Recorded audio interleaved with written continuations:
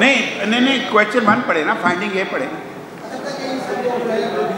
अच्छा ये कह रहा है, सुन ले मैं पढ़ देता हूँ। The recounting process was not legally valid. ये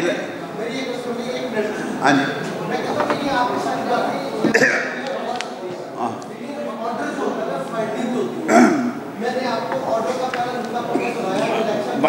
भाई जी ये आप मेरी एक्सप्लेनेशन पहले सुन लेना।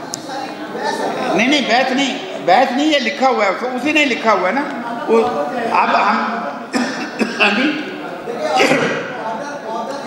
ऑर्डर में अपने जुर्माना कर दिया। नहीं चोर नहीं, वो गिल्टी हो गया ना, देखे ना, जुर्माना हो गया। तो इसका मतलब है उसने ये लिखा है एक पैरे में अगले में कि हमारी सारी मरूदात उसने तस्लीम कर ली है, लेकिन उसने रिकाउंटिंग पे रिलाई क्यों किया, जबकि इसको वो कह रहा है कि रिकाउंटिंग इज लीगली इनवैलिड। हाँ हाई कोर्ट में जाएंगे, चौधरी साहब बताएंगे, हाई कोर्ट में जाएंगे आप। जी बिल्कुल हाई कोर्ट जाएंगे जी, इसको हम छोड़ने वाले तो नहीं है। हमारा मुतालबा है, आपका इखलाकी मुतालबा है। बैठ रहा है, किधर जा रहा है? जी जी आपकी मेंबरशिप कितनी है और जो वोट डाले गए आपने 24,410 इनके डिफरेंस ये बैलेट पेपर है, ये तो बैलेट पेपर है। बैलेट पेपर उन्होंने 24,400 प्रिंट कराए थे, लेकिन डिक्लेयर जो किया वो 10,400 जी।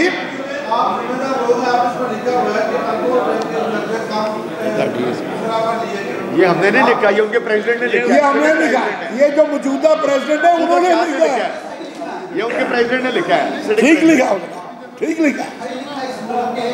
जो चोर है उनको मैं समझता हूँ कि अब्दुल्ला शाह पाकिस्तान चैम्बर का लाहौर चैम्बर का पहला प्रेसिडेंट है जिसने इतनी दिलेरी से इनको नंगा कर दिया था। इसमें कोई शक नहीं, इसमें कोई शक नहीं। वो कभी इतनी दिलेर बात मैंने नहीं सुनी, 30 साल हो गए चैम्बर का। ठीक कह रहे हैं जी, है जी, उसने नाम लिखे हुए हैं बीच में, तो हमने तो उसके फैसले का जिक्र, उसके रेजिग्नेशन का जिक्र कर दिया। अंजुम अनुसार का लिखा नाम और उसने प्रेसिडेंट फेडरेशन का नाम लिखा, 2 नाम लिखे हैं उसने, वो पढ़ लिया। और इसमें तो लिस्ट बड़ी लंबी है, एक दो बता थोड़ा। थैंक यू वेरी मच जी। कोई और सवाल हो तो प्लीज। पता नहीं आपका नाम भी निकला है।